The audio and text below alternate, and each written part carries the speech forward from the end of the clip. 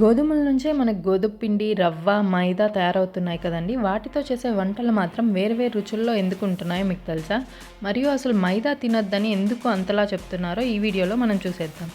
గోధుమ గింజకు bran, endosperm, germ అని 3 భాగాలుంటాయి. Bran అనేది గోధుమ గింజకు పైపొర. ఇందులో మనకు పీచు పదార్థాలు, విటమిన్స్, న్యూట్రియంట్స్ ఉంటాయి. మధ్య భాగం ఎండోస్పర్మ్. దీంట్లో మనకు పిండి పదార్థం, కార్బోహైడ్రేట్స్ ఉంటాయి. అది కూడా స్టార్చ్, గ్లూటన్ రూపంలో ఉంటాయి.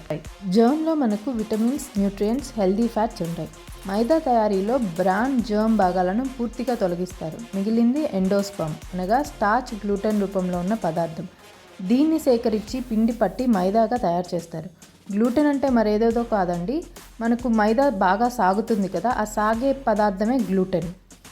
అంటే మనకు ఆరోగ్యాన్ని కలిగించే పదార్థాలన్నింటినీ తీసేసి క్యాలరీస్ పెంచే మైదాని తింటున్నాం. మైదాని అరుదుగా వాడడం అలవాటు చేసుకోండి. ఈ వీడియో మీకు నచ్చినట్లయితే లైక్, షేర్, సబ్స్క్రైబ్.